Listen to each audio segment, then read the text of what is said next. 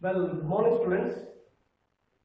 Today we are going to start with the first chapter in accountancy, that is Introduction to Accounting. So, ಈ ಅಧ್ಯಾಯದಲ್ಲಿ ನಾವು accountancy ಬಗ್ಗೆ detail ಆಗಿ ನೋಡ್ತಾ ಹೋಗ್ತೀವಿ. ಏನಪ್ಪಾ ಕೆಲವೊಂದಷ್ಟು ಬೇಸಿಕ್ ಟರ್ಮ್ಸ್ ಬರ್ತಾವ, ಅಥವಾ ಅಕೌಂಟೆನ್ಸಿ ಮುಖ್ಯ ಉದ್ದೇಶ ಏನಾಗಿರ್ತದ, ಅಕೌಂಟೆನ್ಸಿ ಅಥವಾ ಅಕೌಂಟಿಂಗ್ ದ ಮುಖ್ಯ ಉದ್ದೇಶ ಏನಾಗಿರ್ತದ. ಸೊ ಇಲ್ಲಿ ಕೆಲವೊಂದಷ್ಟು ಬೇಸಿಕ್ ಕಾನ್ಸೆಪ್ಟ್ ಗಳು ಬರ್ತಾವ, ಹೌದಾ? ಸೊ ಅದರಲ್ಲಿ ನಾವು ಇವಾಗ ಮೊದಲನೇ ನೋಡ್ತಾ ಹೋಗೋಣ. Basic terms of accounting. Okay, so ಅದರಲ್ಲಿ ಮೊದಲನೇ ಬರುತ್ತೆ entity. What is mean by entity? Entity is nothing but a firm or an organization. ಒಂದು ಸಂಸ್ಥೆ ಆಗಿರಬಹುದು ಅಥವಾ ಒಂದು ಬಿಸ್ನೆಸ್ ಎಂಟರ್ಪ್ರೈಸ್ ಆಗಿರಬಹುದು. ಸೊ ಅದನ್ನ ನಾವು ಏನಂತ ಕರಿತೀವಿ? ಎಂಟಿಟಿ ಅಂತ ಹೇಳಿ ಕರಿತೀವಿ. ಉದಾಹರಣೆಗೆ ಸೂಪರ್ ಬಜಾರ್. ಯಾವುದು? Super bazaar. So this is the best example. ಈಗ ತಾವೆಲ್ಲರೂ ಸೂಪರ್ ಬಜಾರ್ಗಳನ್ನು ನೋಡಿರ್ತೀವಿ, ಹೌದಾ? ಬಹಳಷ್ಟು ಸೂಪರ್ ಬಜಾರ್ಸ್ಗಳು ಇವತ್ತು ಎಲ್ಲೋ ಒಂದು ಕಡೆ ಹೆಡ್ ಆಫೀಸ್ ಇರ್ತದ, ಅದ್ರ ಅಂಗ ಸಂಸ್ಥೆಗಳು ಅಥವಾ ವಿಭಾಗಗಳು ಬೇರೆ ಬೇರೆ ಕಡೆ ಏನಾಗಿರ್ತಾವಪ್ಪ ಹರಡಿರ್ತಾವ ಅಥವಾ ಹಬ್ಬಿಕೊಂಡು ಹೋಗಿರ್ತಾವ. ಅವಕ್ಕೆಲ್ಲ ನಾವು ಎಂಟಿಟಿ ಅಥವಾ ಸಂಸ್ಥೆಗಳು ಅಥವಾ ವಿಭಾಗಗಳು ಅಂತ ಹೇಳಿ ಕರಿತೀವಿ. ಓಕೆ, ಇನ್ನು ನೆಕ್ಸ್ಟ್ ಬರ್ತೀವಿ ಟ್ರಾನ್ಸಾಕ್ಷನ್. ಸೊ ಕನ್ನಡದಲ್ಲಿ ಇದಕ್ಕೆ ನಾವು ವಹಿವಾಟು ಅಂತ ಹೇಳಿ ಕರಿತೀವಿ, ಹೌದಾ?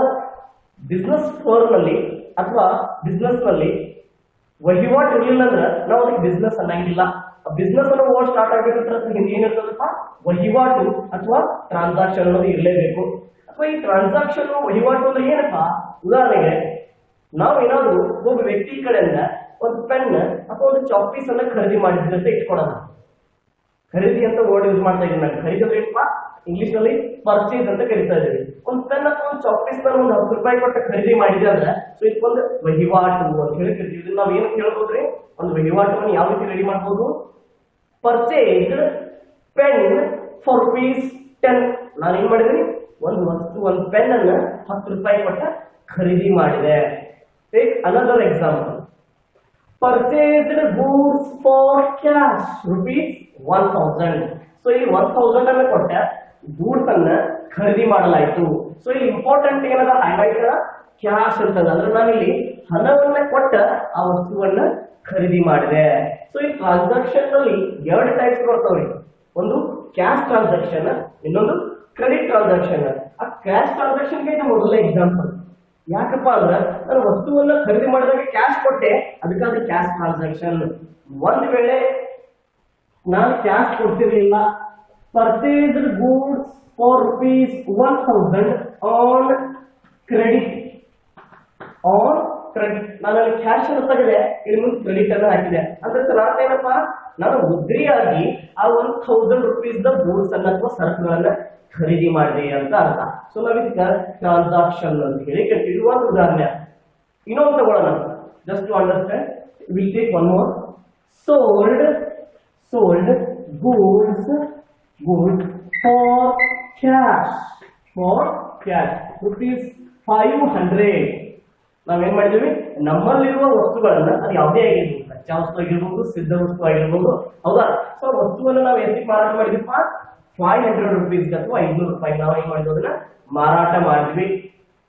ಮಾರಾಟಕ್ಕೆ ನಾವು ಇಂಗ್ಲಿಷ್ ಸೋಲ್ಡ್ ಅಂತ ಹೇಳಿ ಕರಿತೀವಿ. ಗೂಡ್ಸ್ ಅಂದ್ರೆ ಸರಕುಗಳು.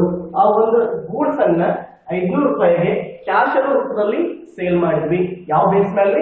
ಕ್ಯಾಶ್ ಬೇಸ್ ಮೇಲೆ ಆಯ್ತಿದ. ಅಂದ್ರೆ ಇಲ್ಲಿ ಹಣ ಕೊಟ್ಟು ವಹಿವಾಟ. ಒಂದ್ ವೇಳೆ ಆ ಮುಂದಿನ ಇರ್ತಕ್ಕಂಥ ವ್ಯಕ್ತಿ ನನಗೆ ಇವಾಗ ಹಣ ಕೊಡಕ್ ಆಗಂಗಿಲ್ಲ, ನೀನು ಮುದ್ರೆ ಕೊಡಪ್ಪ ಅಂತ ಹೇಳಿದಾಗ ಅವಾಗ ನಾವು ಕ್ಯಾಶ್ ಅನ್ನೋ ಕನ್ಸೆಪ್ಟ್ ಬರಂಗಿಲ್ಲ. ಅವಾಗ ಏನ್ ಬರ್ತದ್ರಿ? Sold goods for ₹500 on credit. ಅದ್ರಲ್ಲಿ ಯಾವ ವ್ಯಕ್ತಿ ಜೊತೆ ವಹಿವಾಟು ಆಗಿರ್ತದೆ ಆ ವ್ಯಕ್ತಿ ಹೆಸರು ಕೂಡ ಬರ್ತಲ್ಲ, ಅಥವಾ ಇಲ್ಲ ಕ್ರೆಡಿಟ್ ಅನ್ನೋ ವರ್ಡ್ ಅನ್ನು ಯೂಸ್ ಮಾಡ್ತೀವಿ. ಕ್ರೆಡಿಟ್ ಅಂದ್ರೆ ಏನಪ್ಪ ಅರ್ಥ? ಉದ್ರಿ ಅಂತ ಅರ್ಥ. ಸೊ ಇಲ್ಲಿ ಉದ್ರಿಯಾಗಿ ವ್ಯವಹಾರ ನಾವು ಅದಕ್ಕೆ ಕ್ರೆಡಿಟ್ ಅಂತ ಕರಿತೀವಿ. ಹಣದ ಮುಖಾಂತರ ವ್ಯವಹಾರ ಅಂತಂದ್ರ ಕ್ಯಾಶ್ ಅಂತ ಹೇಳಿ ಕರಿತೀವಿ. ಸೊ ಇದು ಟ್ರಾನ್ಸಾಕ್ಷನ್ ಗೆ ಉದಾಹರಣೆಗಳು. ಈ ಕ್ಲಾಸ್ ಮುಗಿದ ತಕ್ಷಣ ನಾನು ನಿಮಗೆ ಟ್ರಾನ್ಸಾಕ್ಷನ್ ಮೇಲೆ ಹೋಮ್ವರ್ಕ್ ಅನ್ನ ಕೊಡ್ತೀನಿ. ಸೊ ಈ ರೀತಿ ಟ್ರಾನ್ಸಾಕ್ಷನ್ ಗಳನ್ನ ನೀವು ಒಂದು 10 ಟ್ರಾನ್ಸಾಕ್ಷನ್ ಗಳನ್ನ ನೀವು ಬಂದು ಪ್ರಾಕ್ಟೀಸ್ ಮಾಡಬೇಕು. ಓಕೆ, ಸೊ ನೆಕ್ಸ್ಟ್ ಕನ್ಸೆಪ್ಟ್ ಹೋಗೋಣ. ಮೂರನೇದು ಅಸೆಟ್ಸ್. ಕನ್ನಡದಲ್ಲಿ